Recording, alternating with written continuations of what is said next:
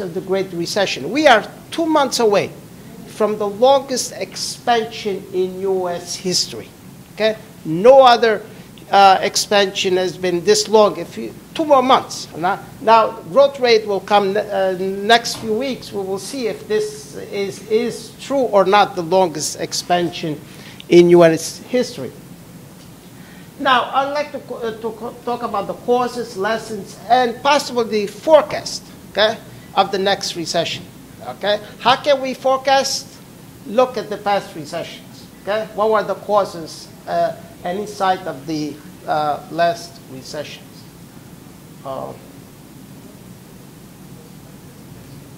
Okay, we had the last recession was in 2008, 2009.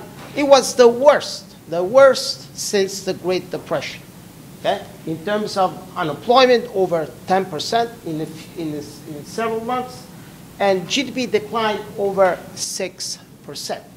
Now, what caused this Great Recession? Basically, we had too much debt. Okay, loans were terrible, especially in the housing market. Okay, the housing market, it was catastrophic. There are a lot of loans in construction, in building, in mortgages. Okay, yeah, teasers rates. People were borrowing money without any down payment. You know, general people work to make a payment on a house. During this time, you didn't need to work. Okay, no down payment. Okay, teasers rates, very low interest rates, and you had a mortgage and you were in business. All right. Then all of a sudden the interest rates start to increase, and people could not pay their mortgages. And there were the Fed, a lot of studies that it's contained, it's limited, the housing crisis, there's no overflowing into the economy. It's about $200 billion if that goes through. Actually, the amount was over $5 trillion. It wasn't just a recession in the United States. It was a worldwide recession because globalization, banks here in the United States, do banks business abroad, and it was very, very severe.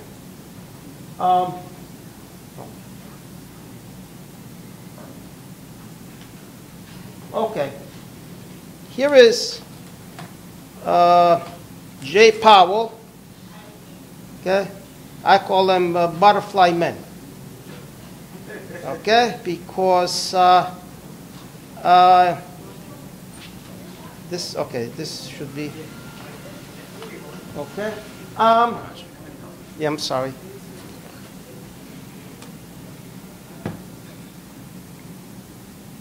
Yeah. Okay. Yes. He was trying to normalize interest rates.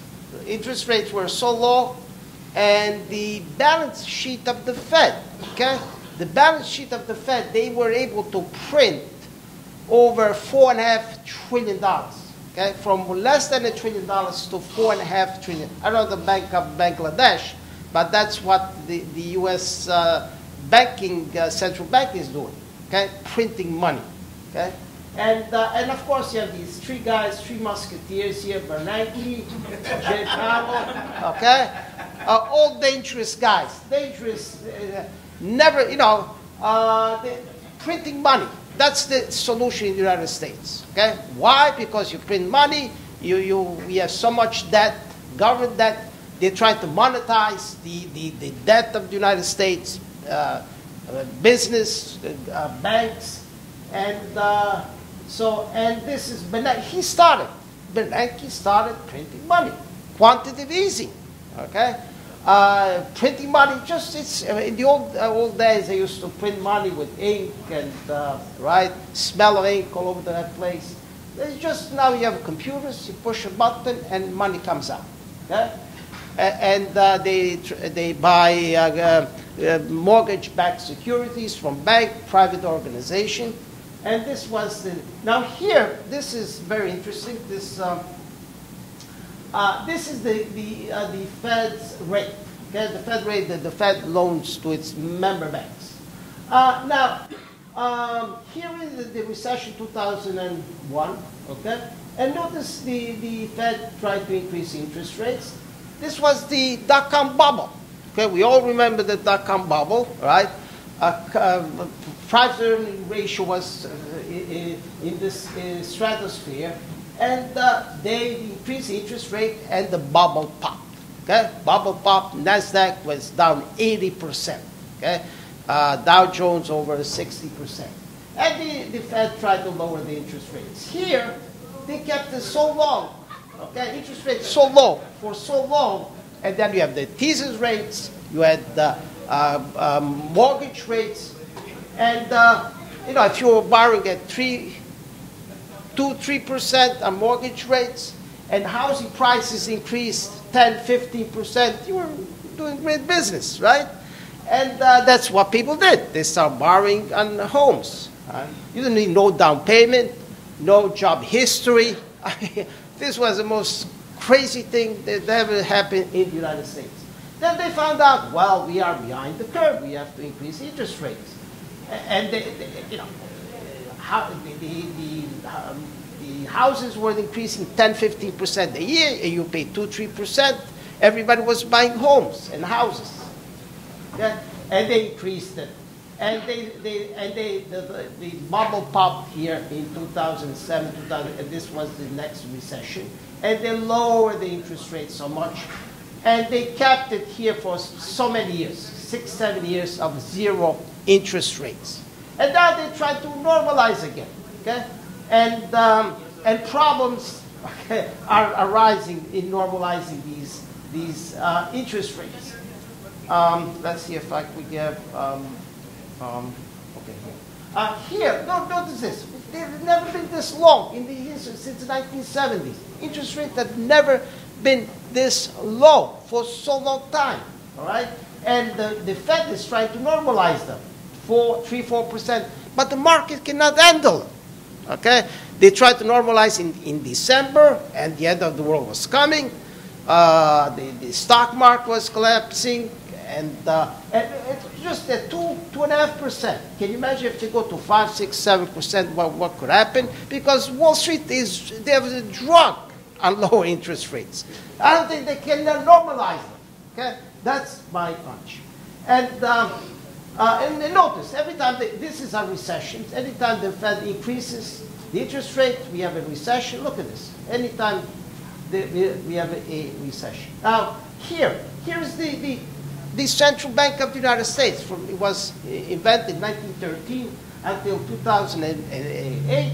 We had less than $1 trillion. 90 years, $1 trillion on the balance sheet. In 8 or 9 years, we went from less than 1 to $4.5 trillion. That's over 350% increase in money supply. 350%.